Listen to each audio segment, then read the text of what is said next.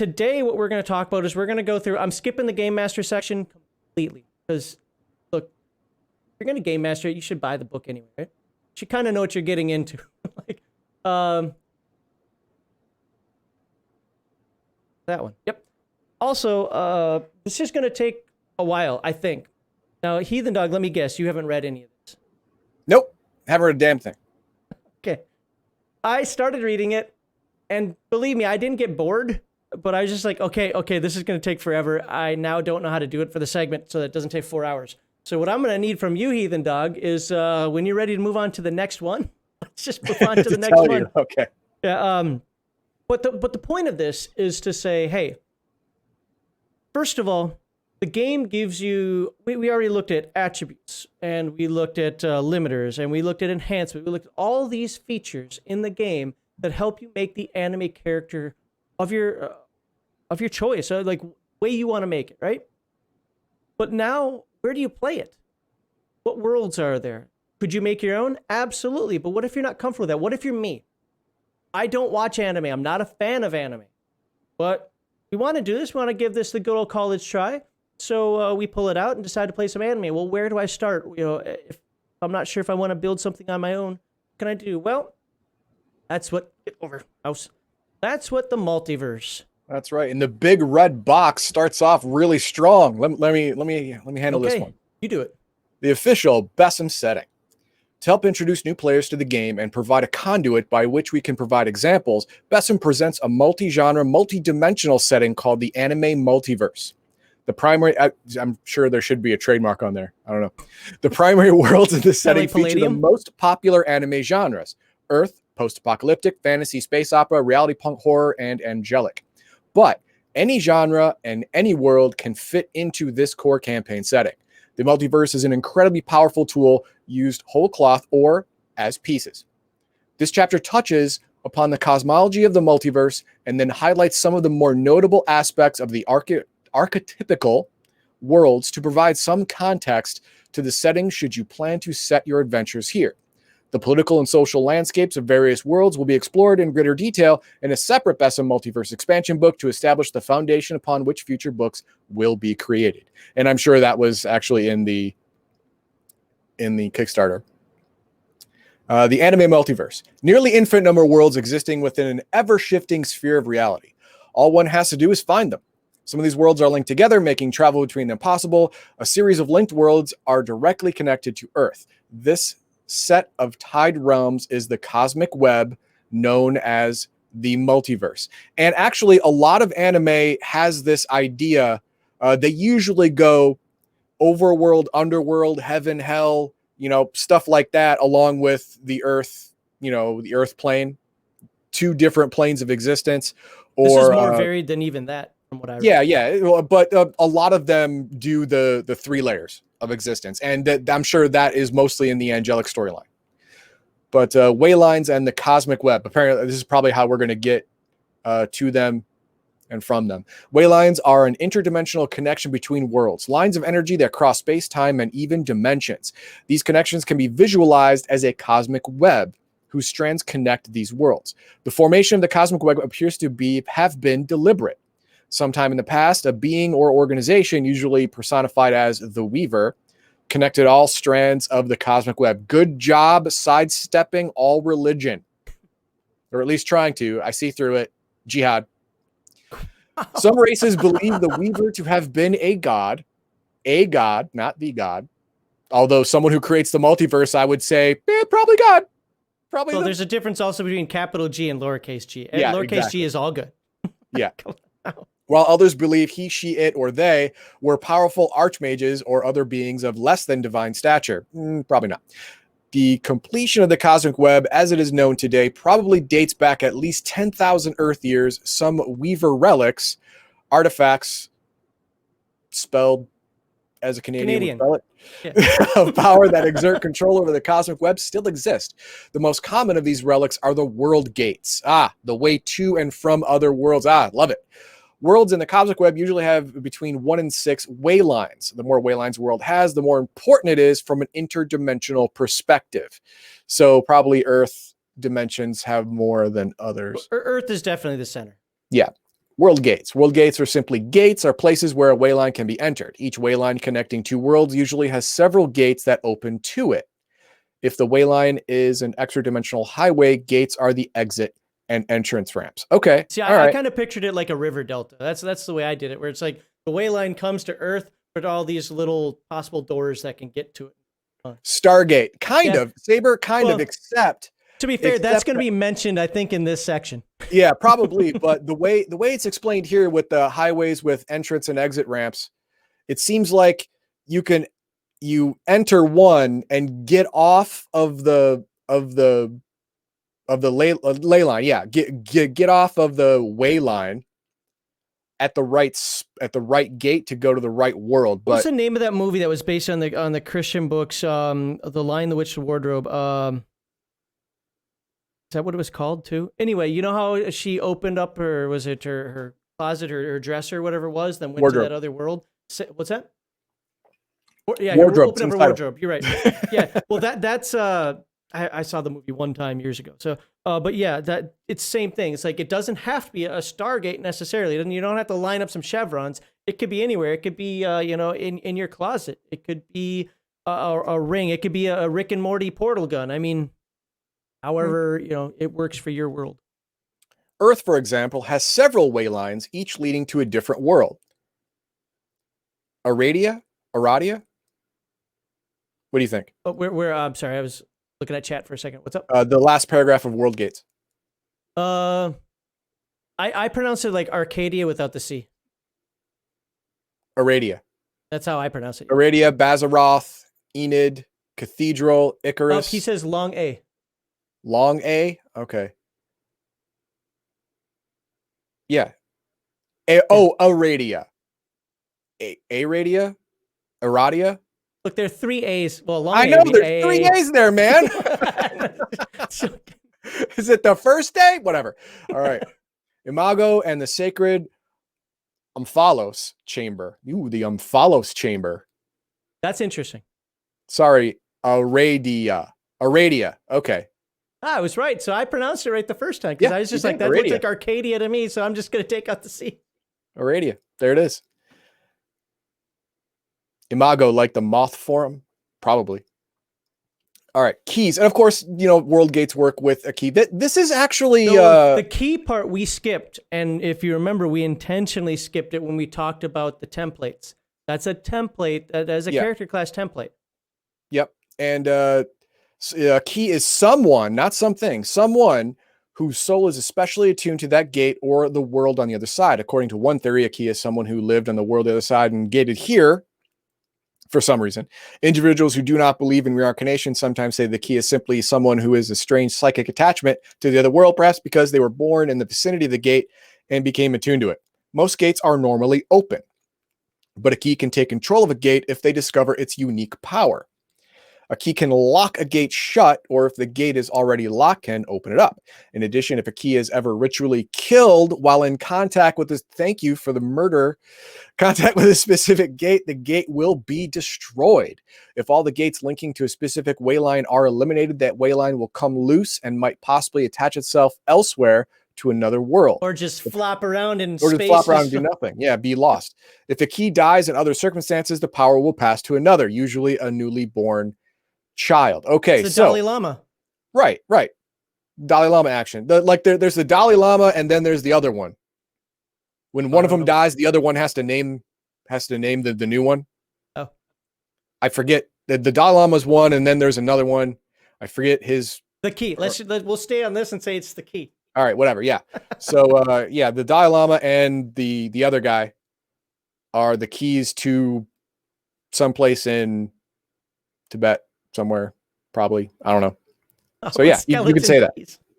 Whatever. You could say it. Skeleton keys. Ooh, a rare few keys known as skeleton keys have a special bond with all doorways and locks, though, and can operate any world gate on any dimension. Additionally, these skeleton keys are indeed metaphorically the key to locks in general, including physical locks. Was that a template as well? Be a skeleton key? I think that's what the template actually was. I'd have to go back and look. Password locks, etc. To complement their gate opening abilities, skeleton keys can also permanently destroy any world gate when they pass through it, if they desire. and can detect I don't like nearby how world anymore. gates. Boom. No, I don't have to be sacrificed. Awesome. It's great. Few understand the true power of a skeleton key, but those that do will go to great lengths to meet or capture one. Consequently, most skeleton keys rarely stay in one place for too long and instead use their extraordinary abilities to travel the cosmic web. I'm going to say, just for the sake of argument, NPC. Yeah. The skeleton key to open any gate, that's fine by itself, but the skeleton key power to also open any physical or password lock is a little adventure breaking, you know? I mean, locks and It's definitely passwords. one of those that you could use, like, wow, players keep messing up their rolls or keep looking in the wrong direction or something. Hey guys, what's this over here? Oh, look, the door's open. Door's open. What, was it locked? I just turned the handle. What's wrong with people? Yeah, right. I mean, I can see his point. I think for me, though, that something like a skeleton key, a key, on the other hand, maybe, that'd be a great way to have the group maybe have an adventure between two different dimensions and so forth. So I'm okay with that. But the skeleton key side of it, I think the potential exploitation there is a little more than I would want to deal with it. Yeah, it is. Really is. Okay, the waybound. Certain individuals are waybound. Their souls are linked to the cosmic web. This means that they can be summoned by anyone performing an appropriate ritual at a gate that leads to the waybound's home world. If a waybound is already on the summoner's world, the ritual has no effect because you're already there. The only way to summon a waybound individual is with the entity's true name. In that case, the individual will simply hear a call and will have the ability to decide whether or not to come. In some cases, the waybound may be compelled, although this usually requires some other link, such as feather, angel's wing, talisman, blood, semen, Typical whatever. magical stuff that you read about. Yeah. Powerful demons and Azrai, angels, are waybound, as are the gatekeepers of each world. Explain. Oh, the gatekeepers of each world. Okay. Prime worlds. Earth. Yeah, there are 6 prime worlds. Each possess 7 waylines and several demonic summoning, Saber. That's right. Demonic summoning. We love it. The 6 prime worlds all have waylines that connect to Earth. Radia, Bazaroth. We're gonna go through each one of these, but it's good to kind of get an idea of what they are now. Yeah, demon world. So angel world, demon world, pirate world. This is kind of like sci-fi world. Yeah, devastated by heavy weather, where 2 opposing alliances are engaged in global war, fought with giant robots and psychic weapons. That's not a place to vacation. Icarus, medieval world, sure. And Imago, the high-tech reality punk world controlled by powerful megacorps. Okay. All right. I forget which one it was, but one of these was a little too on the nose for me.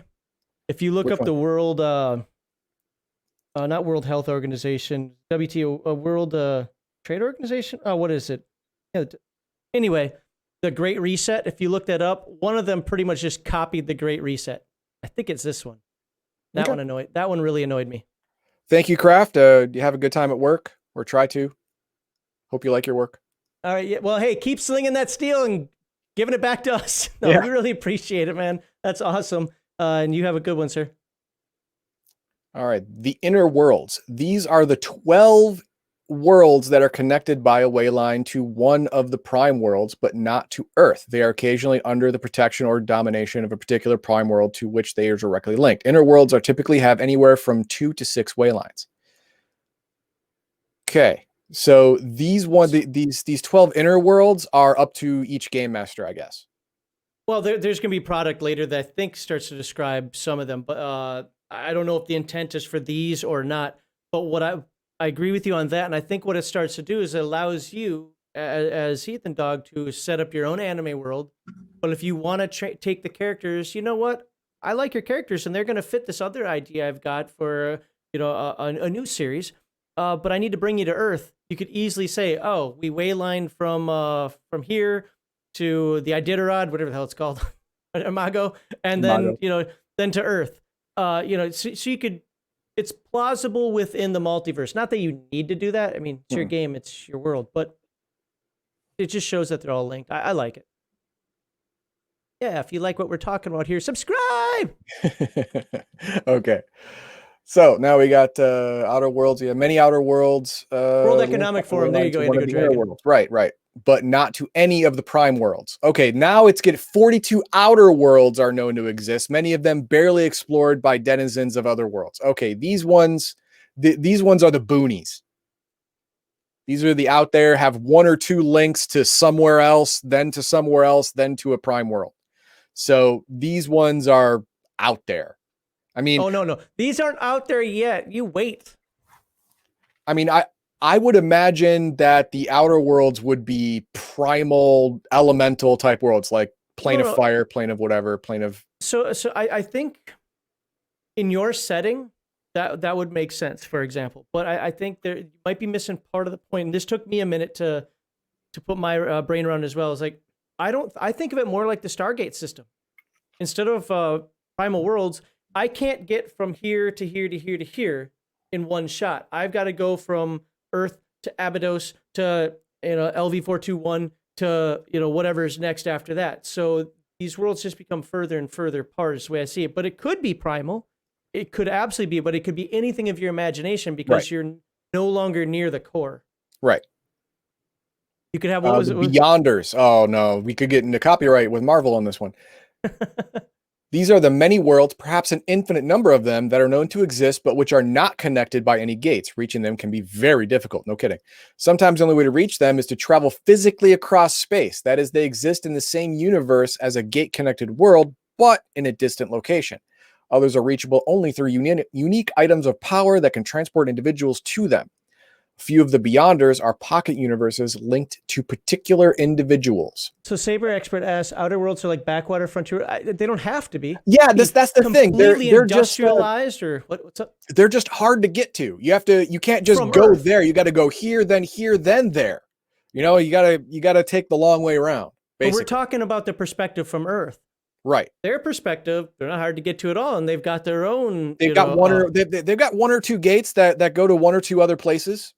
And they feel like that's fine. And then you go to Earth, you're like, I can go to 12 places. Ha ha, F you, backwater hippie bullshit. And you're like, whatever. It's all perspective.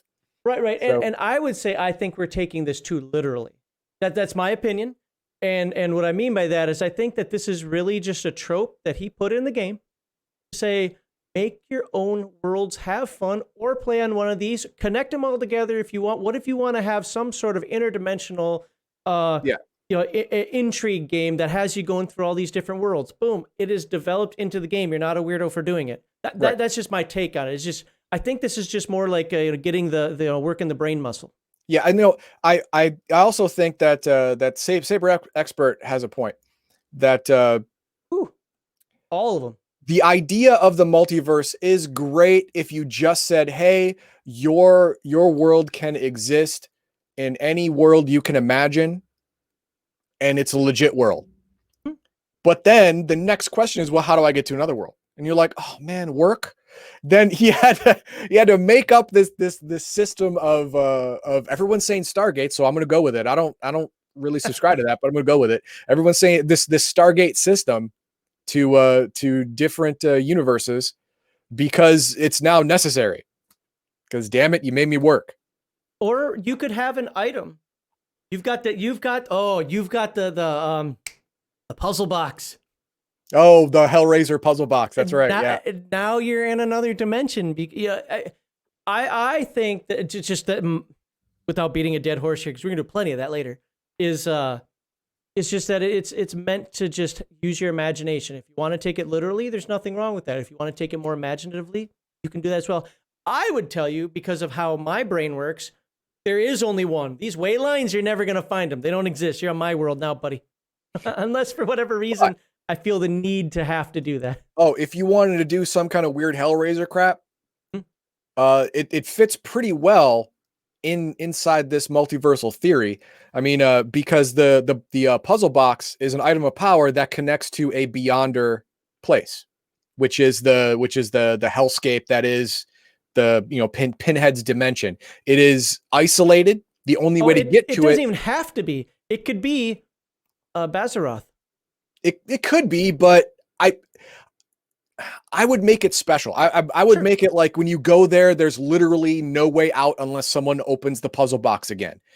So and in this multiversal theory, the powerful item that connects to a beyonder realm fits that description perfectly. So I like that.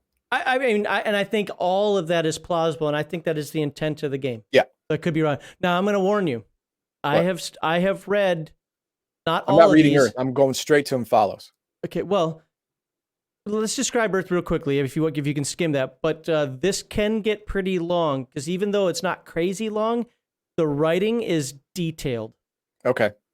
All right, then we're going to gloss over this. Yes. All right. Okay, Earth. Modern day 21st century Earth with a few variations. The biggest difference, of course, is that beings from other worlds and dimensions sometimes visit because this world has gates. So that I get it. Earth is the only known world to possess 8 resident way lines, 6 that connect to prime worlds, 1 unusable way line that long ago became detached at the other end and now floats freely amongst the cosmic web. And see, that was good. That was good. That was a campaign hook right there. Yep. Because earlier it said that when worlds become detached, they float around and possibly attach to other worlds that have a floating attachment ready. There you go. There's a campaign right there. And 1 secret wayline that leads to Omphalos chamber. These waylines make Earth the hub of the known multiverse. While it is outwardly a normal planet, it is in fact a nexus for sorcerers, demons, angels, beast folk, mecha, and other visitors. Earth has no known gatekeepers. This is important. Yep. According to legend, the last gatekeeper of Earth was a powerful entity, perhaps a mage of near divine power known as Ozymandias. They have been missing.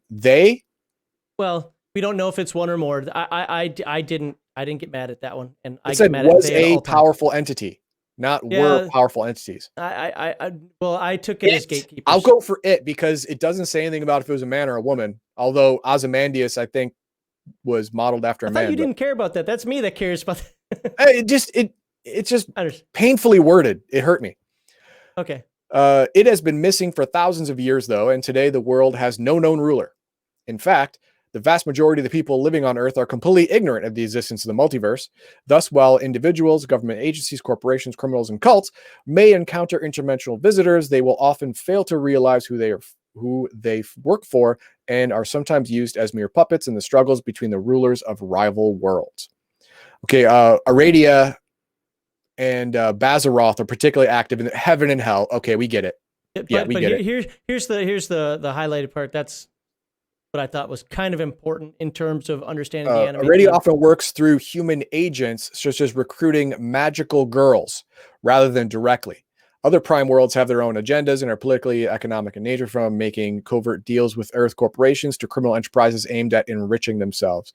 What was that magical girl anime you had me watch like a year or so ago for the old live stream? I forget what it was. I didn't hate it, didn't love it. Anyway. I think it's, my Little Witch Academia or something like that. Oh, okay, yeah. Little Witch Academia, yep, that was for the live stream. And well, the whole world was magic, so I wouldn't call it just one magical girl, but they were all magical girls because it was a school for girls. Omphalos is the true name of Earth and also the name of the secret chamber where the Prime Council meets. This is the center of the multiverse, connected by its own hidden way line to Earth, the location of whose gates are known only to the gatekeeper. Which they're not on Earth. Yeah, not on Earth, the gatekeepers who make up the council. Consequently, Prime Council members must first travel to Earth before meeting in Omphalos. So they're coming here and we don't even have a representative. What's up with that? I know, right? Jesus. At least pay the toll. Damn. Somewhere on Earth, or perhaps in a pocket dimension next to it, is a small dark chamber with 7 doorways. Inside the chamber are 7 thrones, 1 for each of the 6 prime worlds and for Earth. Each of these thrones is unique in shape, design, and aesthetics. Omphalos is the center of all things and is where the 7 gatekeepers of the prime worlds meet, make policy, and settle their differences. Well, reading that paragraph, you think Ozymandias is there all the time. He just doesn't go back home. He just sits in that throne. It's gone. Or at least they used to. Now there are only 6 gatekeepers. Oh, there you go. Oh, for centuries, the gatekeeper of Earth, the traditional leader of the Council of Omphalos, has been missing, and with their no taxation without representation. Damn many it. of the keys of Earth's gates and the deciding vote on the council. As a result, the Council of Omphalos has often been deadlocked and unable to act on critical issues. This has increased the power of some rogue members like the Bazarolf. Story hook, story hook, story hook. Yep. The gatekeepers of the self-proclaimed masters of the multiverse, their power comes from their knowledge of the Omphalos and their knowledge of the gates and keys. Often this information is incomplete, though, and agents or rivals of the gatekeepers would do their best to find and control these vital resources. Okay, so we have a hierarchy of multidimensional badasses that all come here. Yeah, that all go through here. Yeah, through here. There you go. It's like having your house right off of a highway. It's like, damn it, it's always loud. Someone's always making trouble, and you can never sleep. We're doing our last episode of BESM, Ravenslayer. Yep. And why is it when I see these things, I want to take one and spit it through a straw and see if it sticks to the wall? What? These little creatures. Oh, little creatures. Oh yeah, that they are to me they are straight out of Princess Mononoke. The little tree spirits. Take a look at the art again. I very much liking the art in this book. Yeah. All right, now is where I think we can do a lot more. Okay, glossing. now is the skimming. Okay, Aradia. Aradia is sometimes called the living heaven. It is an Earth-like world with 2/3 of it ocean and 6 continents, most of which are covered in dense sylvan forests.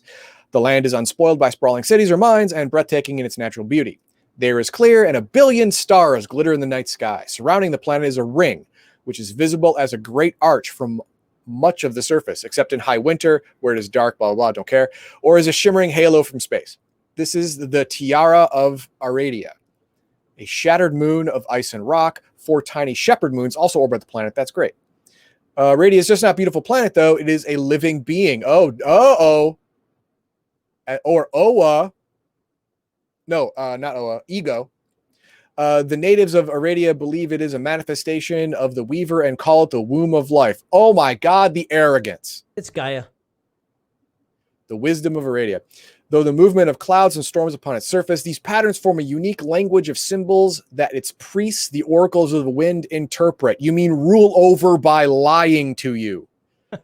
Oh, I can see that. Oh, do you mind if... Oh, the angelic realm is rife with just festering betrayal and darkness.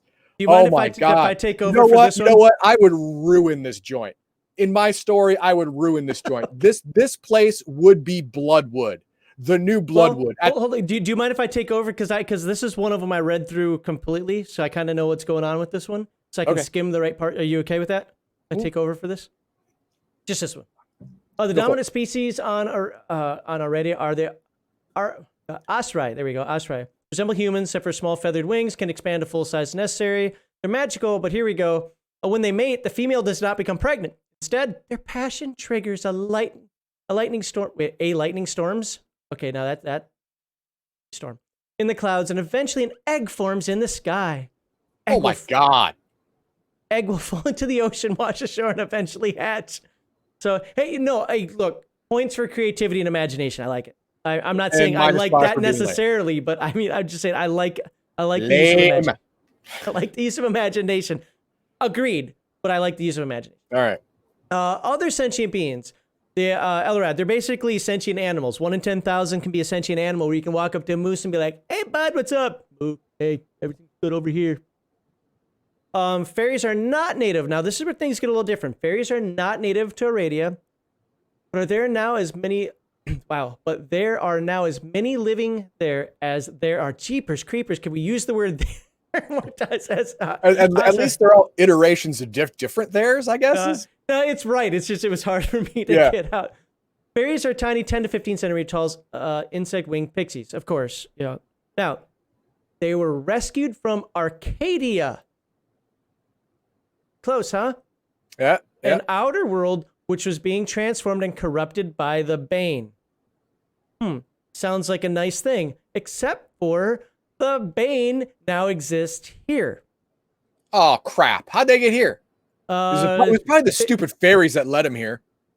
Well, the tainted by the Bane and turned evil. The Asrai and the fairies' own Bane hunters deal with these problems as they occur. So basically, your pastoral perfection has its we'll call it Persian flaw. Again, adventure hook, no problem.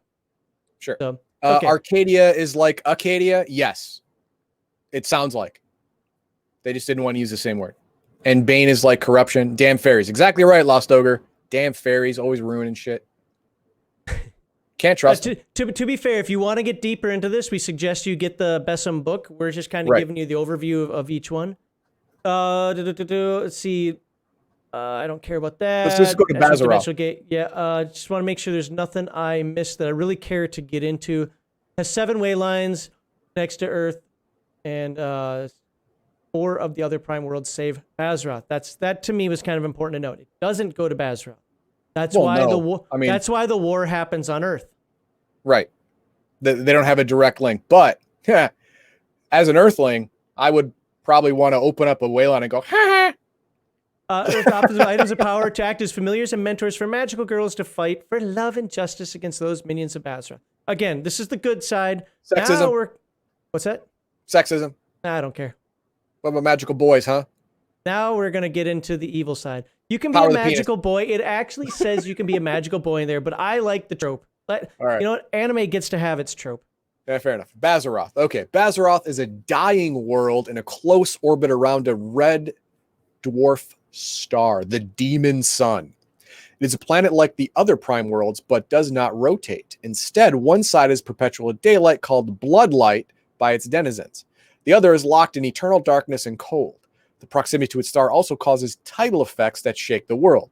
The land ripples with massive quakes, chasms regularly open up with geysers of hot steam or molten lava, and chains of volcanoes spew molten lava that runs in rivers and streams. Sounds like a great place to put on roots. Really, this first part is, well, as I say, this first part here is mostly just about the how it looks with the caveat in the second paragraph here. Yeah, we're just going to the first paragraph.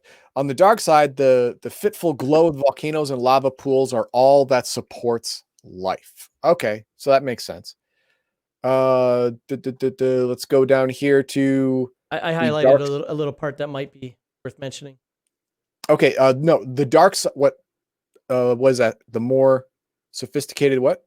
More sophisticated demons can feed on the other negative emotions as well. Kind of like horrors from Earthdawn. Yeah, very much. Very much like horrors from Earthdawn, yes. The dark side of Bazaroth forever hides its face from the sun. Well, it just doesn't spin. Why you gotta anthropomorphize this shit? In the center of the dark side is Moloch, an icy, half-frozen continent that thrusts itself out of the ice, a wasteland of fire and ice, with endless plains of ice and rock and enormous volcanoes belching clouds of soot and rivers of lava. Wow, that sounds like a really bad place to be. Only the most hardy hellspawn dwell on the surface, but the continent is riddled with ancient lava tubes, great subterranean vaults, and tunnel complexes heated by pools of lava and geysers of steam. All manner of strange fungi, slimes, and oozes grow there. Some naturally, others cultivated by slaves in bubbling vats. I like description like that. Just to give you the feel of like, you could just say, it's cultivated by slaves. Whatever. Or cultivated by the denizens or some crap like that. No. Cultivated by slaves in bubbling vats. That just gives you a visual that I like. Even if it is tropey, I like it. Right. And we're going to skip to the majority of Hellspawn. The majority of Hellspawn live on the dark side, in citadels, in the Sea of Tears, and in the underworld of Moloch. The ruler of the dark side is known as the Infernal King and rules from the Citadel of Fire, a black glass city carved from just say obsidian, dude, that resembles a hellish Venice with canals of molten lava and bridges of red-hot iron. I like that. That was nice. In the chilly center of Moloch is the Palace of Frozen Screams. Sounds like a happy place.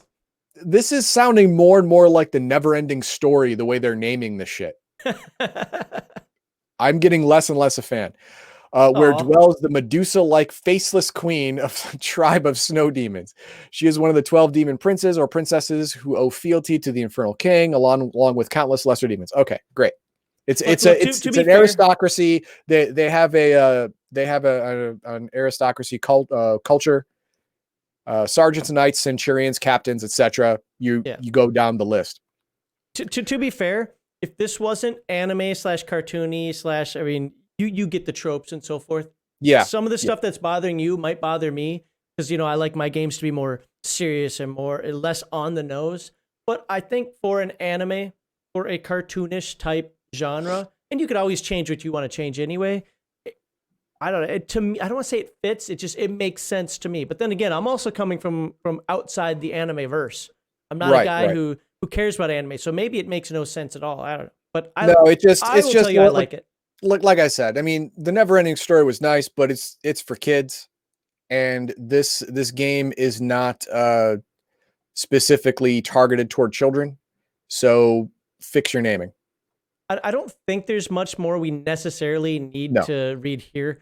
No, we don't. If you want to skim over the cosmic web to see if there's anything there you like, but not really. We can move on to Cathedral. Now, this one has a couple of things in it I would like to make sure we get out. I don't know exactly where they are in here. Okay, well, you'll probably see them.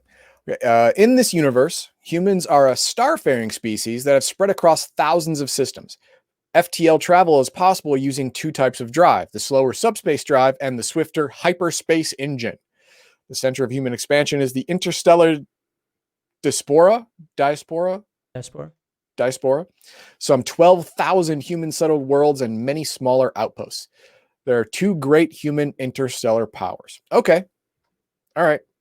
Basically, you've got your authoritarian military side and you have your freelancer side. Yeah. You have Klingons in the Federation. Got it. or the Romulans in the Federation. Check. Yep. All right.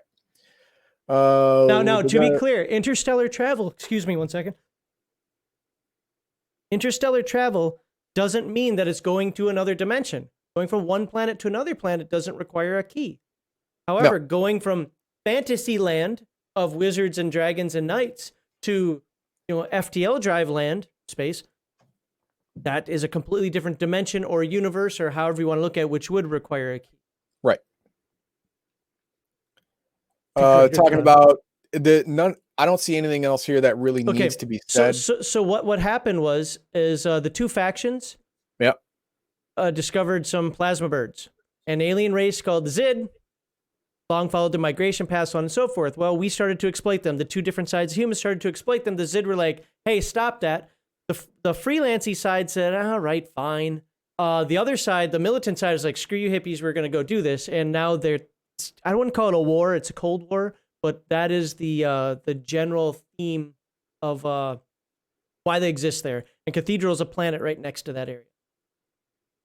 The plasma birds. Yeah, the reason they were exploited is because the eggs they lay. Yeah.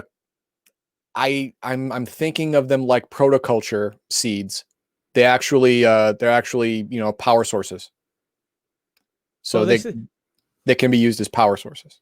This is the worst salute I've ever seen ever. Yep. That is actually disrespectful in the extreme. Yes. If somebody saluted to me like that, I would have a problem. Yeah, you would actually be legally allowed to kick them in the nuts.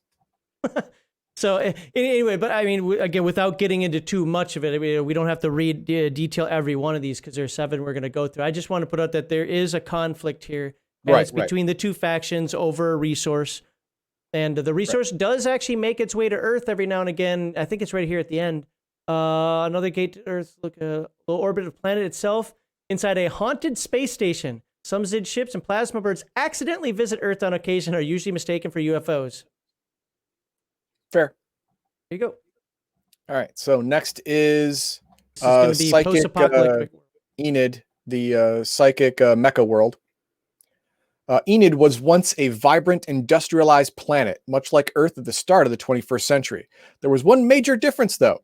An organization calling itself Neo-Logos developed a reliable test for psychic powers and began researching their application. Soon it had established a psychic academy, which discovered and trained several powerful psychics with abilities ranging from ESP to telekinesis. Some of them also had limited precognitive powers, and they uniformly predicted a major environmental disaster was coming that would arrive much more rapidly and be of a magnitude far greater than anyone had expected. Attempts to get the world to do something about it met with skepticism, so the leaders of Neo-Logos and those who believed them decided to prepare for the disaster by constructing the underground city Noah Enid. Yes, Saber expert, you're right on. Oh, never mind. Psychic world. The disaster that was foretold came to pass. Of course it did. Pollution-induced global warming created a Category 7 hyperstorm. Okay, well, I don't know what a category 1 hyperstorm is, but all right, I guess it's 7 times after worse. category 5, it becomes a hyperstorm. Oh, really? Okay. Its raging fury laid waste to entire cities, leaving millions homeless and dead. Don't forget dead. It was only the first of hundreds of hurricanes of similar power. Under the assault of the relentless heavy weather, the planet environment began to collapse. As the storms grew in strength, millions fled from the worst hit regions. Crops failed, famine, disease, cats and dogs living together, mass hysteria. Got it. Check. Today, it is 70 years AES after the eternal storm. There are 2 great powers left. The League of Arcologies is led by the Noah Enid. Always 2 great ones. Yeah, there's always 2. And the Noah Enid are the ones that saw it coming and made cool bunkers, because, you know, that's what I would do. And the Global Alliance is the other one. It's not just built around prejudice and nationalism, but also its own plan to fix Enid's catastrophe. Its leaders reject the idea of creating a hyperpsychic gestalt as too dangerous for who knows what monstrous power could evolve. Instead, they wish to build and launch huge fusion power weather control satellites. More power. That's great. That's great. So, Neo Logos, you know, their whole thing is psychics, and they want to use their psychic power to heal the earth. Hippies.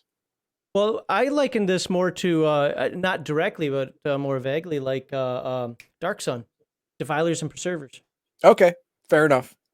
And I think of preservers as hippies. So hippies, and then we have the Global Alliance, which uses technology, a proven and scientifically addressable technique, instead of some psychic hippieism, to actually control the weather. This is coming from the guy who loves playing psionics. I'm just saying, which is why I find this funny. It's true. Because, you know, everyone's seen Star Trek. Everyone knows about Ryza. The weather is completely controlled by satellites in orbit. Well, it wasn't Buck Rogers also. Everyone's on board except the psychic hippies. Fuck those hippies. Burn in a fire. Wow. You feel better now? I do. That was great. I got to visit this place to end that conflict. All right. And we're just going to move on to Icarus. Okay. Icarus is a world of swords and sorcery. The land is dominated by an immense supercontinent, also called Icarus. Okay, makes sense. This is bisected by an immense mountain range, the Dragon's Spine, that runs roughly east to west. Due to the size of the supercontinent, conditions in the interior are very harsh, with Arctic-level winters and blazing hot summers. Fair. At least they got that right. As a result, most civilization is along the east, south, and west. What about the north? Oh, north is too Arctic to live. Got it. Sure. All right, and then it's going to describe the 3 different regions. Look, and this is your fantasy realm. Do we need to really? No, there's probably going to be a 4th that is evil.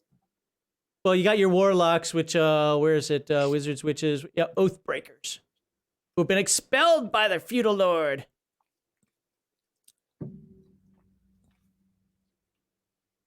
So, of course, you got your factions. And then, of course, there's elves. Well, it is a fantasy world. Yep. So, and all elves are mages. They are treated much like gypsies of Oh, they're treated like shit. All right. Elves consider themselves to be all noble. Where did you see that? Mageborn, or someone called them Hellspawn. Where did you see that? That is under Icarus elves. Go up. No, that's important. There it is. Elves are a race of beautiful, pointy-eared wanderers with powerful magic. When I saw the word elf, I skipped, because I hate elves. Skipped? Well, you gotta go to. They are treated much like the gypsies of Earth's Middle Ages. There you go. Look, no, Mr. McKinnon, if you're still watching, I appreciate this, because this is one of those big fights that like D&D 5th edition is having. We're saying that word is wrong and so forth. I have friends who actually have that as their background, like real life background, and they're not offended by it. In fact, they're mad that people are getting in the way and saying, don't use the word, or that's insulting, or some sort of appropriation. So thank you.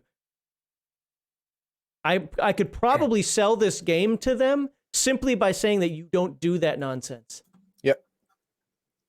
They're not anime fans. They're not anime fans. Sometimes call them Hellspawn. Nice. I love it when elves are like like beat down into a place of like scraping and bowing, just because in every other fantasy realm they are all haughty and high and have their impenetrable kingdoms made of living walls and wood, and F you guys. This is a very good point, and I'm surprised I didn't think of to say it because I did read it, and thank you for putting that in there. Because highlight mages control kingdoms rather than knights, and I did read that, and I just didn't process like that. So yes. And Marhoffman brings up Thundar the Barbarian, where all of the people in power are wizards of some kind. They're usually bad though. All right. Look at now, here. after the awesomeness that was the poor and impoverished and beat down elves, now we have Imago. You're on some sort. Okay, hold on. We got to stop for a second. I feel like an intervention is needed for just a moment. What is got you when you were going to do this? I'm the hyperbolic one. What is? No, I'm just. Are you okay? What it says here, and it's great. I'm the one that's supposed to make people angry. You're supposed to be. Hold on. I have it written down. You're the centered. Here? It says, and along with me is the much more reasonable and centered Brett Heathen Dog Grisper. What? Is everything okay? Everything's fine. Everything's fine. I'm just, there are things about the multiverse. I'm not neutral about any of this. This is weird. I'm finding myself really liking or really hating this. Well, you can always change whatever you want. Yeah, you can, but I hate changing established stuff. I feel like I'm like. But he said it right at the beginning of the book. It's your game now. Do what you want with it. I know, but you've already been given carte blanche to do what you want. It feels like I'm just, bad touching someone's really grand idea. Okay. Imago is a world much like Earth, but somewhat more advanced, where globalization has led to a unified. Oh yeah, this is the one that I couldn't finish reading this one because all I saw was the World Economic Forum crap on there and the Great Reset. And I was like, nope. Okay. Basic standard of living, though there are still richer and poorer regions. Technology is similar to early 21st century Earth in some areas and more advanced in others. Examples of highly advanced technology are breakthroughs in robotics, powered exoskeletons, genetic engineering, and virtual reality. National divisions have largely been abolished. Major urban megacities include Kualur, Meridian, Newport, Neo-Edo, and several others. Should really be Tokyo. Yeah, Neo-Edo, yeah. With populations of several million. There's a world government, the Global Economic Oversight, that coordinates relations between regions and corporations. The World Police, fuck yeah. Wow. America. The investigative intelligence and security arm of the GEO deal with international crime and conspiracy, hunt down data pirates, smugglers, and criminals, and investigate corporate wrongdoing such as corruption, espionage, pollution, forbidden technology, and etc. Okay. I still haven't gotten a handle on this world yet, so I'm going to skip to most of the nations on the planet have fallen under the regime of the GEO, but there are some trouble spots. There are several nations who are free thinking, libertarians, and regions that GEO calls fault zones, as in like it's your fault. These are areas where there are economic disparities, crime, ecological disasters, and major government corruption, etc. GEO assigns corporate oversight to particular fault zones. Kill me. To major corporations, offering them cleanup contracts where they take over all major services, including law enforcement. That's OCC. Okay. In exchange, the corporations get big tax breaks. Corporate police are security forces operated by corporations. Thank you for the clarification. Wasn't necessary. They are often well equipped, but there are legal limits on the classes of weapons they can have. For example, tanks, fighter jets, and heavy vehicles are banned, but the police can operate personal exosuits, armored cars and vans, or patrol helicopters. Some example and enormous mega corporations on Imago are outlined herein. Okay. All right. So yeah, it's a world that has come together as one almost kumbaya. I see it like the Federation, and you know how much I hate the Federation. Yeah. It's like the Federation. I mean, it's not super hippie, but it is. It's like a nicer version of Shadowrun. It's like a happier Shadowrun. It's like yeah, Shadowrun's kind of dark, and everyone everywhere.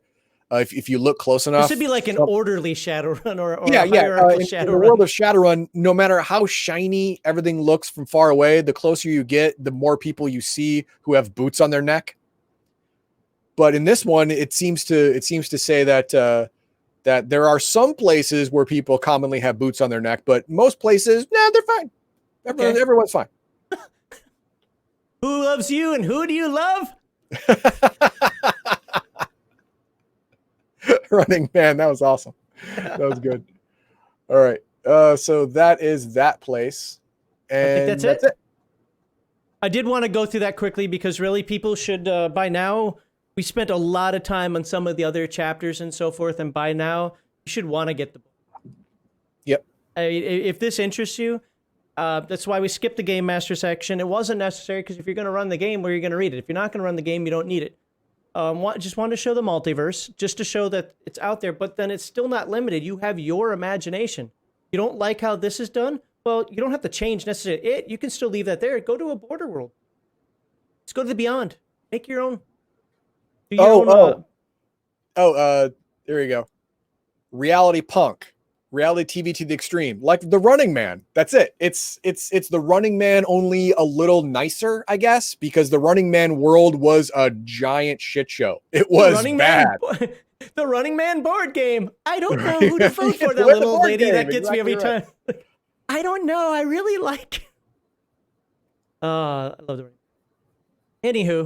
Anywho, BESM for life. Boom. Go to that URL.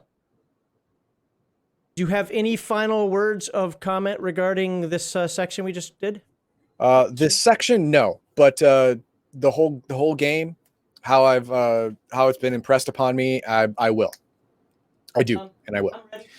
The whole game itself, I am not a fan of the attributes, stats, dichotomy in my brain.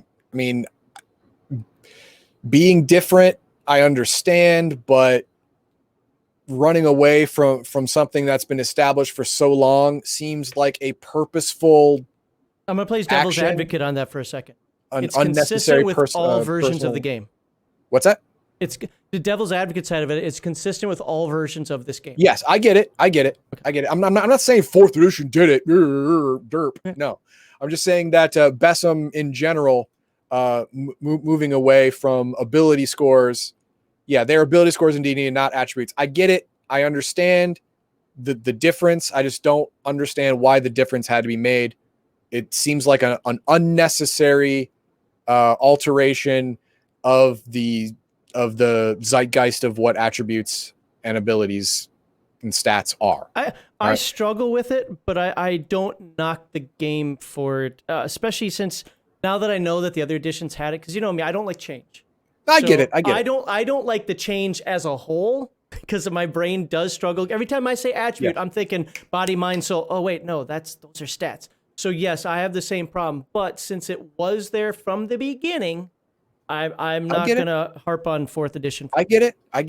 You know, I do. I just don't like that part of it. But everything else, literally everything else about the game, you know, is especially the dirty gypsy elves with boots on their neck.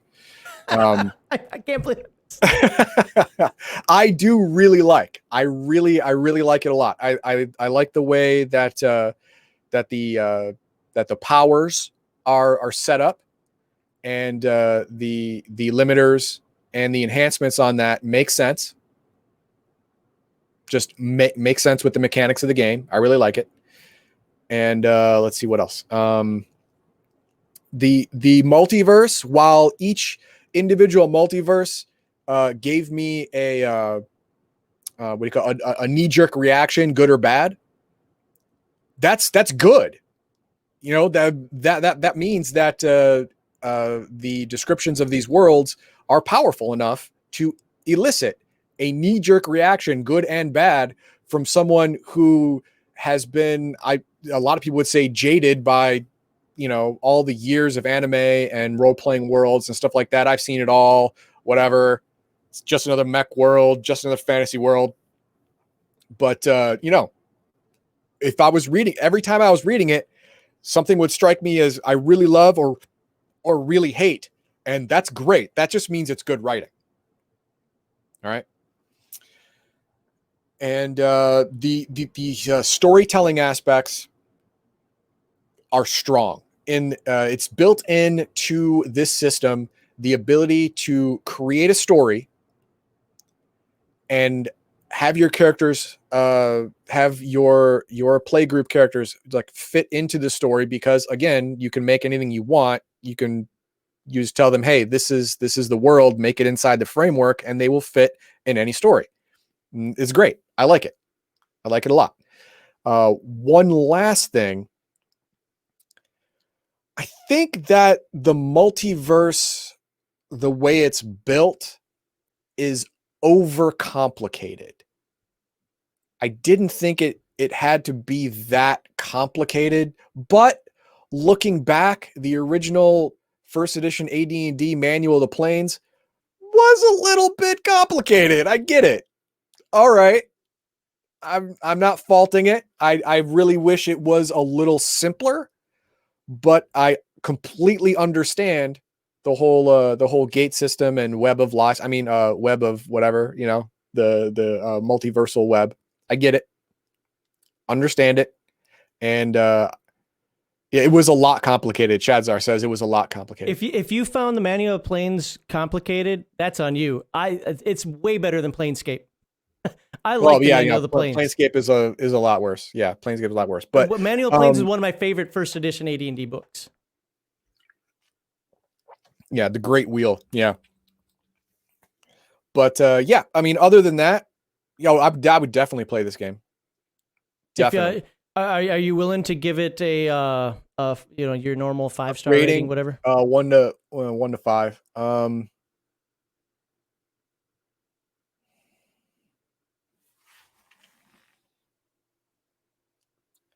I'm caught between 3.5 and 4. I'll go after you. You might push me one way or the other. Okay, sounds good. First of all, I want to say Indigo Dragon. I have Talus Lanta as well. Mine's an old edition of it. I think you can see it over my shoulder. So yeah, I kind of agree with you on that one. Or what was the other one? The Riddle of Steel. One of its advertising things like there are no elves. So yes. Let's see. So I'm not redefining any term in segment 2, Shadzar, and I'm going to show you that. But as far as this goes, yes, I've played Dungeons & Dragons all over the world. Why am I talking about Dungeons & Dragons, not BESM? Because I'm going to counter one more point before I move on. I played all over the world. I played in Korea, Japan, Russia, Kuwait, multiple states in the United States. We've always called them attributes. Hey, roll up your attributes. Sure, we'll say ability scores too, but it's like, hey, what's your strength attribute? Okay, so I see where I don't have the problem with it that Heathen Dog does, that I feel that it necessarily is a negative because it was clarified and it was in previous editions. But I'm just saying, if you don't do that, that's fine. But I've for 30 some years called it attributes. Yeah, I feel no reason to reinvent the wheel. Right. Anyway, okay, so I broke this down into multiple parts because I'm going back to the old way of Legion of Myth. I'm talking way before any of you were ever around with Legion of Myth, and that's we have a D20.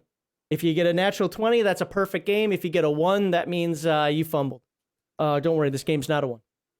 And so I broke it down into a few parts. The first one being presentation. The positive, I love the art.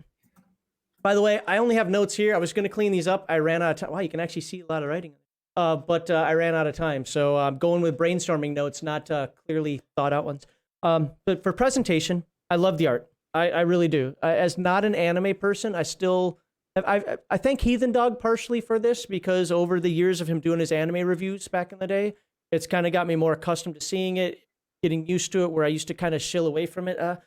And I would tell you that I really like the art in this game. I also feel that the chapters, individually, the chapters are well laid out. Big pink box on the top, you got your information below, you got some sidebar stuff. I think that is well done. Well, now, do you have notes in there about the placement of information? Yes. Okay. Yep. The game is contextually accurate. Well, Tri-Stat can be used for any genre, and if you go back to the first ever one that we did of this, I still stand by the fact that This doesn't have to be an anime game. I will concede that it does shine brightest within the anime manga construct. If I were to do an anime game, I would do this instead of using GURPS rules or Champions rules. However, I will state that you still could. You could draw spiky hair on your Champions character and call it anime. And you could use this for a Dungeons & Dragons style dungeon crawl if you want as well. But you can definitely tell. At first, I would not accept this, but now I will say you can definitely tell, yes, this is for anime, this is for manga. The price of the game is comparable to others, obviously. The layout is good, except the one thing, and I think Heathen Dog and I agree on this, we've talked about it. I understand why, but even more so than the stats attributes thing, I really feel that the template section should have came after the attributes. In looking at it, I understand. I understand the conversation as to why it was done beforehand. You want to let people jump into the game.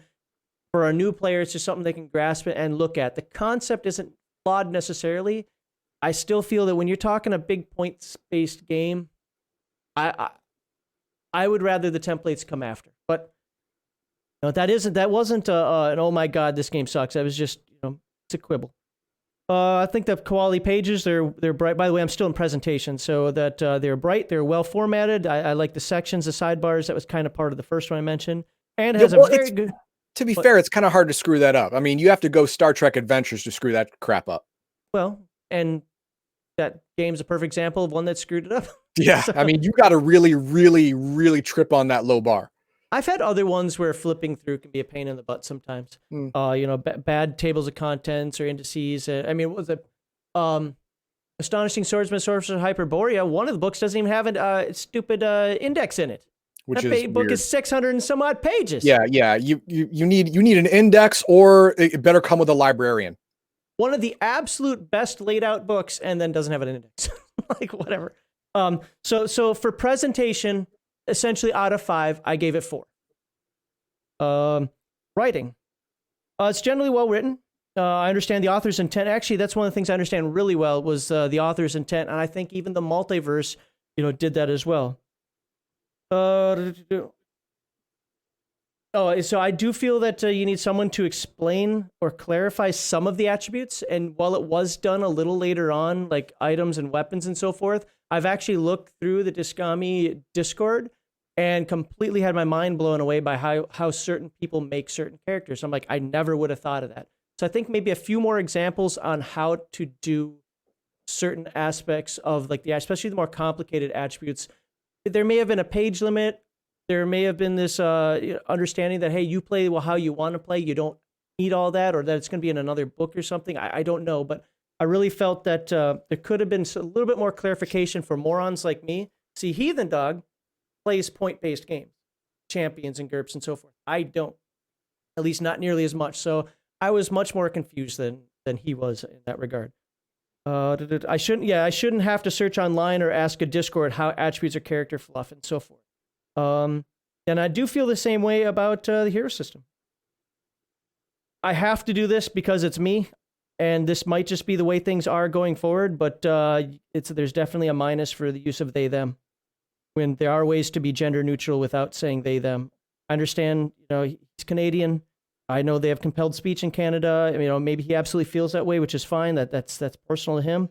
But I don't like it, and I struggle reading books that use singular theys.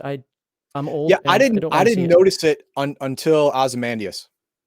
because it was written the sentence before as a singular being, and then called they. When it should have been called it, because you went out of your way in the 3 sentences before not to ascribe it a gender because no one knows, and then calling it they.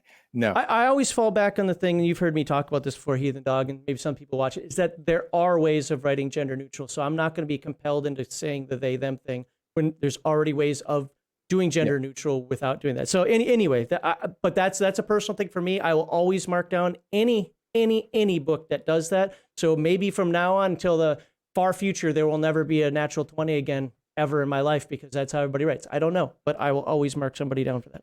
Now on to system rules. Oh, so that's basically 3 out of 5 there. Now for system rules. First of all, definite plus. You can create whatever you want. There is nothing you cannot think of, you can create it. By the way, I see chat's moving. I'm not looking at it necessarily. So if you see some reason to stop me so that we can address chat, please let me know. You can absolutely create what you want. And that is such a powerful thing in a game like this, a point-based system. You can tell that a lot of time, now it could be also over the course of 3 editions, before this, but a lot of time was put into the idea of allowing players to make what they want. And I absolutely like that. I put this as a neutral, but it can be also overwhelming or confusing to a new player. Again, I put needs online resources or an experienced player to assist in some situations. Again, so does the hero system. System mechanics are easy. Playing the game is easy. Like, that was what? 1 chart on a page? Yep. Yeah. And then you've got your, I already forgot the name of your edges and so forth, your major, minor, edges, flaws. Boom. Yep. You're done. Yes. A nice, simple system that still works and is meaningful. I can get behind that. I like that. Understanding some of the way the attribute points and the nuances, that was, again, some of these are redundant because, like I said, these are brainstorming notes. I apologize for not cleaning them up. But it goes back to the whole, some of the attribute points I struggled with until I started reading the discords and so forth. Here's one that's kind of a big one. And I'm sure that there is a legit reason for this. So I want to be careful to say that this does not make me hate it. But I don't like the idea that it needs the extras book in order for rules clarifications, for rules clarifications, for aim shots, for things like that. I kind of feel that those are going to become core to a game as soon as they're put out in publication. Probably should have been in the main book. Now, again, there could have been publication reasons for that. Could have been time constraint reasons for that. Page limitation. I don't know. Could have just been like, we didn't know it was going to sell, so we didn't want to. Whatever it happens to be, I understand. But for me, that's kind of a big one because I don't like a million rules, but I definitely like combat options, the ability to do certain things. So for me, that becomes a necessity. And I don't necessarily like the idea of saying, oh, I've got to buy a whole nother book just to get that. So that was, I did mark that one as down. And could have used some more short form gameplay examples. By the way, great examples in there of gameplay. Loved it. But they were what I would consider long form. They kind of show an entire, maybe not session, but, a combat and so forth. It'd be great to have like the old, I think it was not MechWarrior, BattleTech 2nd edition or whatever it was called, when they first came out with the minis in the rule book, where it actually put in a little caption. This is what you do. Or here's an example with dice rolls, not in character creation, but with dice rolls. I would like to have seen that. So I gave that a 3 out of 5. And lastly, the last section here is basically, would I play it or would I game master it? I don't have the chart here in front of me, but essentially it goes, not on your life. I suppose I could play it as a one-shot. Yeah, I'd play it. Or, holy crap, when do I play DM, whatever? How do I get everybody interested in the game? That would be the 5, right? I gave it a 4. Which is yes, and I would look forward to it. I would absolutely play this game, and I would look forward to playing the game. I wouldn't run right out and say it's my favorite game ever. I wouldn't go and I've got to game master this thing right now, shaking. But if Heathen Dog were to say, hey, I'm gonna run this, we're gonna try it out, I would definitely try it. Now that could change my feeling in the future, like, we tried it and I didn't like it, or man, I tried it and so much better. I am going to now game master this. I don't care if it's anime and I don't understand anything excuse me, about it. But I gave that a 4. Ultimate score, a 14 out of 20, which is a hit. Anything really, well, anything above a 12 is a hit on our scale. I don't have the scale up or anything. I just know it from the old days. Not a critical. Critical 16 and higher, but a definite hit. I would tell anybody out there right now, if you like anime, or if you want to try a point-based system, but aren't sure about the hero system or GURPS or whatever, this is absolutely where you'd want to go. I have zero overall issues with. If somebody says they play this game, I'd be like, you got a good game in your hands. So I gave it 14 out of 20. Even though you can do the math on that one, how many stars that is. I actually had it in my, I think it's like that's like about 3.5. It's about 3.5 stars. But you actually bumped me up to 4. This is why. The art, you're absolutely right. The art is amazing throughout, and when that's the art, that's important. Yeah, I know, right? And when the art isn't as good, There's an artistic reason for that. Earth Dawn. Earth Dawn has the shittiest art for the best game Shittiest art system ever. Yes, awful. And then the point-based system based on looking at it from the view of other point-based systems. GURPS, Heroes, Champions. I've played all those, and making a character in this one is easier and has almost the same level of possible complexity. But you are not going to be doing your character creation over 48 hours. Like a work week worth of character creation to make one character, and then come to the end and get to 251 and go, God damn it, and have to redo the entire thing. You're not going to have that here. You're going to have the complexity you want, but the complexity of character that you want, but not the complexity of creation that usually follows that. Your half points and weird power. Exactly. Yes. Quarter points, half points, 1/4 multiplier, one quarter divisor. You're not going to have that crap. So yeah, you bumped me up to 4. Okay. So you gave it a 4, which would be for me a 16 out of 20, I think. Yes. So I gave it more like a 3.5, 3.75. That's not bad. Remember, it's not now. I don't know if you did it this time, but remember, we come from 2 different angles. Typically, Heathen Dog starts at a 5 and works his way down. I believe in the bell curve. I believe that everything in the world should be 2.5. And then only if it's much better does it go higher. So getting a 5 from me is damn near impossible. Right. So moving up from 2.5 to 3.75 means it's a good game. Yeah. And of course, the way I do it is everything I didn't like about the game takes off a half star. It starts at 5, and everything I didn't like about it, ding, ding, ding, ding. So I only had, with 4 stars, I had 2 major problems with the game. Well, in my eyes, major problems with the game.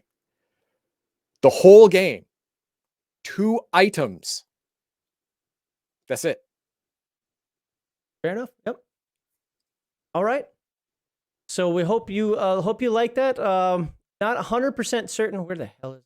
Not 100% certain what we're going to be doing after this, but I do want to say one more time, please like, subscribe, and share this video. Get it out there, and this will be in a playlist so you can get all of our BESM videos, including when Mr. McKinnon came on here and talked to us, mostly me because you had to go, if I remember correctly, in that one. But yeah, you're welcome. Boom. Please check it out. Oh, you're welcome, and I mean in all sincerity. Yeah, it's not a perfect score, but good luck getting a perfect score for me. That was a good score, and as a non-anime person, I want to play an anime game. So, yeah, I mean, and for anime titles, I think in the 3 years that I did the Legionofmyth live stream, I did 4. I reviewed 4 anime every month for almost 3 years. I gave out 3 5s. 3. It's a 3? Yeah, it's 3. One of them was Assassination Classroom. That's still the number 1 5 in my book. I couldn't get into that at all. I understand why you said it's 5, and I'm looking at smiley face weird dude, and I'm like, no. I mean, I get why you can't get into it, but it is so complex and simple at the same time. I'm not getting into that. Never mind. But getting a 5 from an anime for me is almost as hard as getting a 5 from Max Liao. And yeah, a 4 is still a really great, a really great get. It shouldn't be a shill. 5 should be hard. If I say something's a 5, I should be buying it for you and like putting it in front of you. Say, play it now. And to be fair, I've given out as many 1/2. 3 1/2 star anime. I think I've done 3 of them as well. So I've done both sides. Have you done that? I know you did 1 or 2. I didn't know you did 3. I did 3. 3 of them were got to 1/2 star. Okay, that's right. Because because you got mad. I wouldn't allow you to give 0 star. You wouldn't let me go to 0. Because zeros technically don't exist. Yeah, that's right. So you can't be a 0 star. So the worst I could do was a 1/2 star. And one of them was that stupid dragon one that I. Oh my God, I'm out. Oh God, we'll put it in chat. You know, Baldar's gonna put it in chat. I'll be right back. Okay, that was awful. Just awful. My God. Dragon Pilot. Super Dragon one. I forget the name of it. Dragon Pilot. Oh, it's more Hisame something Dragon Pilot bullshit. Yeah. Yeah, it was bad. Dragon Pilot sucked.